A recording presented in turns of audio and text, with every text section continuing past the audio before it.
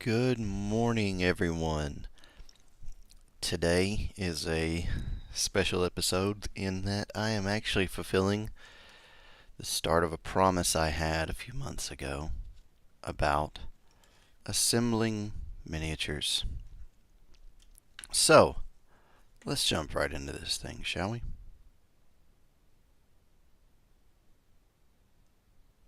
Or you bought Shadespire and you want to know how to put that together. If that brought you here, then welcome. If you are a regular viewer, then this information may be old hat to you because you already know these things. But it's always good to get a refresher, and maybe I can impart some wisdom on some special tips that I have for it. So, you've got a box full of these things. What do you do? They're all not like what was on the packaging, and in the fine print it said that you needed to build them. Well, you're up for the challenge, so you're going to do it. So you're going to need some tools to get this going. We're going to start with the most very basic of things you will need. If you wanted to just get them off the sprue and get them on the table for Shadespire, all you need is a pair of cutters. So in the box, it comes with some instructions on how to put things together. And we are going to assemble this very first miniature at the top here, number 1.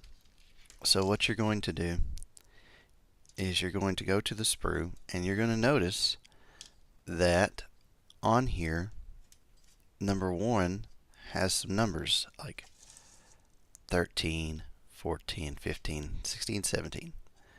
Well, if you notice here on this sprue, maybe you can, maybe you can't. Yes, you can. It is numbered corresponding. So we're going to take parts 13 and 14 to start, and we're going to clip them out. So what you do to clip is you notice how on this cutter there is a flat side. You're going to take that flat side and you're going to clip. Now, if you're just getting started, one thing you need to know is you're probably going to eventually come back when you get a little more skill with this and confidence. You're going to want to clean this up. So don't get right next to the plastic like that.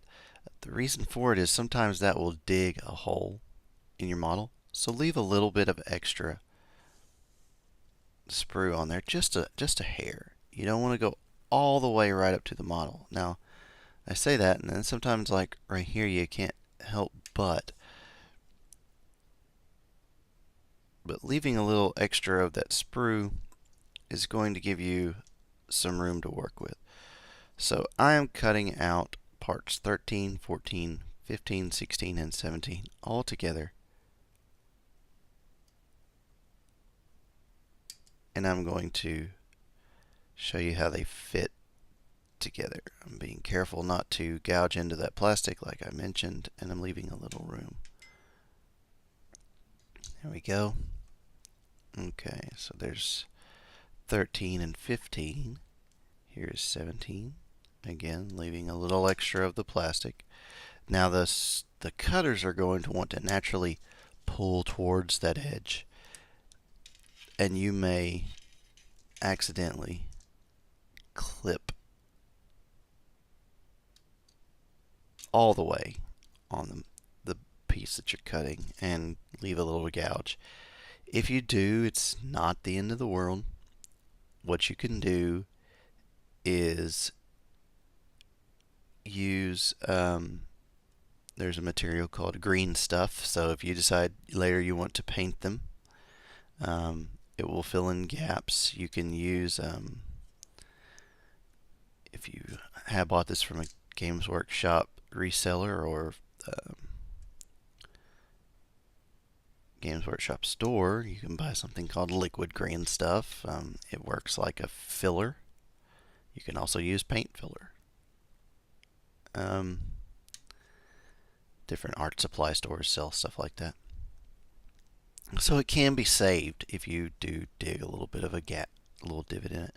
Okay, so now, if you're just wanting to play the game, try it out, you will, let me get in focus here, sorry about that. You will take these pieces as shown right here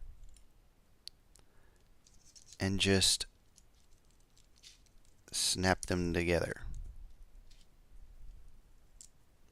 There's little holes, and sometimes these are going to be a little fiddly, but you can just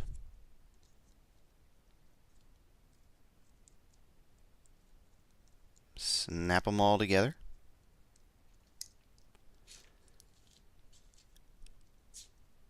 And voila, like that, you are ready to play. Boom, ready to go. Now, moving beyond that is what our channel is about. We're going to go ahead and pull him off this base and pull the parts off again, and be careful with this. You don't want to break them. Sometimes these snap fit models have a habit of not wanting to come apart. So just take your time. Take your fingernail, kind of get in there, there you go, and pull it apart. So if you want to do a little more work, clean them up, make them look better, what you're going to need is an X-Acto knife. They call it a hobby knife sometimes, with a nice sharp blade. Now, a word of caution, if you are someone who's a little inexperienced with this, you want to always cut away from you. So what I am doing here is those pieces, those little raised areas that I talked about leaving with on the sprue, and that's what this is called. This is called a sprue. Those are mold injection points where it's connected. You're just going to kind of cut away from you and not into the model, just kind of with a flat. My phone is really acting up this morning. I'm sorry. A flat scraping motion like that. Very gentle. Let the blade do the work for you. It's not like you have to put a lot of weight into it. And if you do have to put a lot of weight to cut, then it means your blade is dull and you need a new one. So what I am doing now is there is something called mold lines. When these pieces are made, there are two halves of a metal plate that come together, and hot plastic is injected into these. And the points where those two come together, it leaves a seam. So what you can do to get rid of that and pretty it up is take the blade and hold it up flat to your model like this and scrape along the edge. Now, Games Workshop also makes a mold scraping tool. It honestly, if you want to know a pro tip, you could, if you're really worried about cutting into your model, you can use the flat back of your blade like this. If you just really don't want to cut into the model at all and you're scared to use the point, and that does take some getting used to, admittedly, then you totally can use the flat side of your blade, and it works. Sorry about that, adjusting the camera. It works just as well.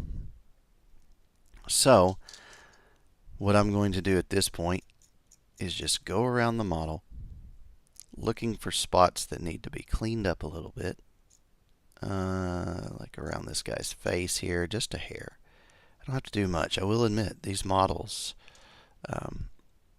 they're pretty well clean. You may just want to leave it alone if it's new to you. There's a spot on his armor here that needs to be brought down a little bit, so I scrape on that, and just like that, those mold lines are gone. They did do a pretty good job of modeling those mold lines around spots that are going to be natural raised areas. Like they put a mold line around this point that this armor comes to, so I don't really need to scrape that.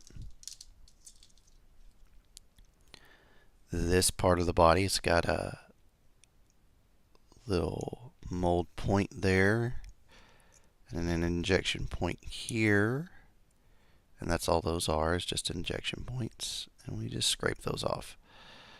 And on the sword top here, we've got one of those injection points that I cut off. And the reason that I didn't, again, go all the way to the edge is it's easier. You can take stuff away, but it's really hard to add to plastic. So you want to make sure that you can work down and gradual instead of cutting into the top of this. If I had gone all the way to the edge with this point where I need to cut the model out of the sprue, it would have left a nasty gouge. But because I didn't do that, I have the luxury of just taking my time and scraping that off gently.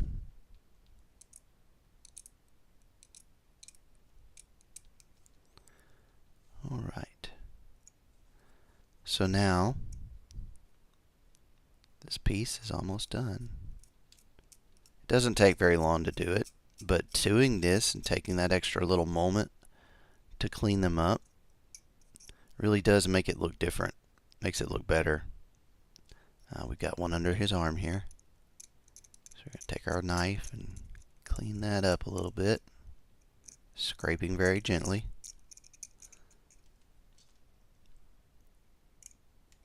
It's hard to see on this camera.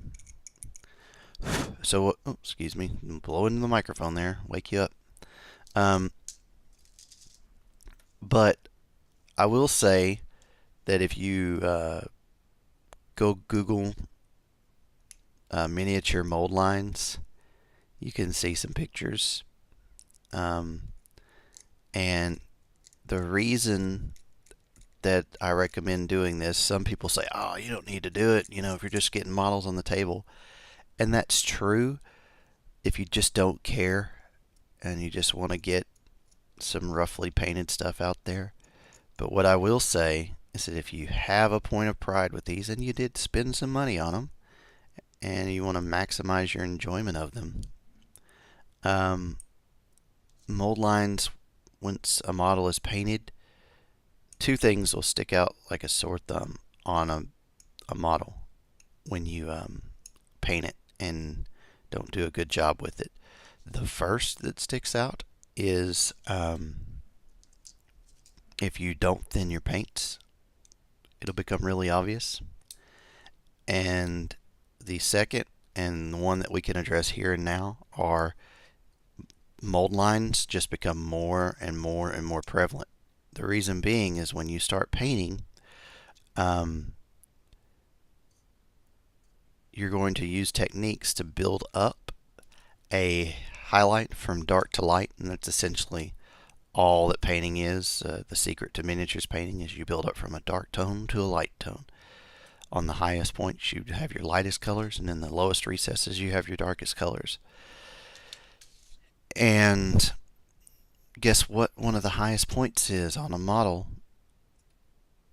That's right, it's the mold lines. And so those mold lines, as you paint, will become more and more and more prevalent because they're going to be one of your highest points. So getting rid of them is just a good practice. And besides, we are 15 minutes into the stream. I've been taking my time and we're done. Now, at this point, if you were just wanting to take that extra step and you don't want to buy anything else, you've already spent money on those clippers, you've already spent money on those on this hobby knife, you just want to get these things on the table, you could snap them back together like I showed before, or you could glue them. Gluing them makes it a more permanent figure. It's less likely to snap apart, and it's just going to help you with your paint job in general. So you can use a few things. There's a few schools of thought with this. I have 3 glues I'm going to show you, and then I'm going to give you my personal recommendation. You have, this is just what's called plastic glue. They call it, it's also called liquid cement for plastic models. Games Workshop makes some. There are dedicated hobby companies that make some. You could use super glue. Shout out to Misewell Games, my local game store. And you could also finally use extra thin glue. And this can come in a squirt bottle, but I like this one because it's got a brush on. All three have their uses. I use this one on larger surfaces or things that might have a slight gap and need a really, really strong, quick bond. I use the regular cement. When I have stuff that I really don't need to get my fingerprints on, because this is important, we'll get to that in a minute about fingerprints, I like to use this one to fit pieces together. And if I'm gluing a model to a base, or I am gluing a part that I may want to take apart, and this is especially true with plastic models, then I'll use super glue. If you have super glue around your house, it's okay to use it, but plastic glue actually welds models together. And if you find yourself enjoying the painting and putting together of models, plastic glue is a good thing to invest in. So for the purposes here, I am going to use the thin cement. The reason is just purely because it has much less, it takes up much less surface area. These are already snap fit, so I'm not going to have a bunch of glue running out on me. It also has the nice effect that if you notice you need to get more glue in an area when you push the models together, you can actually just take this and just run it around the edge of where the two pieces come together. Right here where the head goes together, I can run it along that crack, and the glue will just get right in there and seal things up. And oh, wouldn't you know it, I noticed I missed a spot with a mold line. 8 in the box. You'll have them done in no time, I promise you. But if you are a regular viewer of my hobby channel, I would like to give you a little status update. And also, maybe if you're wanting to check me out regularly, please subscribe. I would love that. But if you're a regular viewer, you know that I have been working on orc models for 40K. I started a project called New Year, New Army, where I am walking through from start to finish, showing my orc army that I am doing for Warhammer 40,000. Well, let's go ahead and give you a status update on that. But before I do, let me show you one thing. I am not going to glue this guy to the base, and I recommend for you new players you don't as well, because when you come back, this guy's going to work great like this for right now, but when I want to paint this base, getting around his feet, getting under that cape will be a little tricky. But if I leave him unglued, I can just pull him off and paint the base. So it's just something to keep in mind. That is one of the advantages to these snap fit models. Okay, so we are done with that. Now, let's show you my hobby progress. I finally finished this guy last night. Now, this is my war boss and his squig. I'm calling him Boss Big Daddy and Princess Squigglebits. That's the name of the squig in honor of my dog Daisy. So the next thing I'm going to do after putting together these Shadespire models is start on those guys right there. So there he is, and there are those. I've got 6 orc boys ready to go. So that's where we are. Guys, I hope this has been helpful in kind of showing you how to assemble models. There's really not a lot to it. It's just doing it. And don't be afraid. When I started, I was terrified to put them together, afraid I was going to break stuff. They can take a little more than you would think. You do need to be careful, but you don't have to be overly so. The main thing the points that I want to talk about is go to the level you're comfortable with. If you're only comfortable with snap fitting them together, you're not comfortable with scraping off mold lines, then just do that. That's okay. It really is. If you're comfortable going more into it, but you don't want to glue because you're not sure what glue to use, I am using Tamiya Extra Thin Cement. I like it. But you do need to always keep in mind that if you touch a model that has a wet cement on it and you touch that wet cement, it actually picks up your fingerprints and will leave a fingerprint on the model. So you want to make sure you want to get the glue where you want it to be and be cautious with touching it. The other thing that you want to be mindful of is that this stuff does leave off an odor and can be bad for you. So you need to make sure you're in a well ventilated area, keep the lids on, and that sort of thing. Guys, I hope you enjoyed this little live stream. This has been GM Tuck, and until we see you next time, happy hobbying.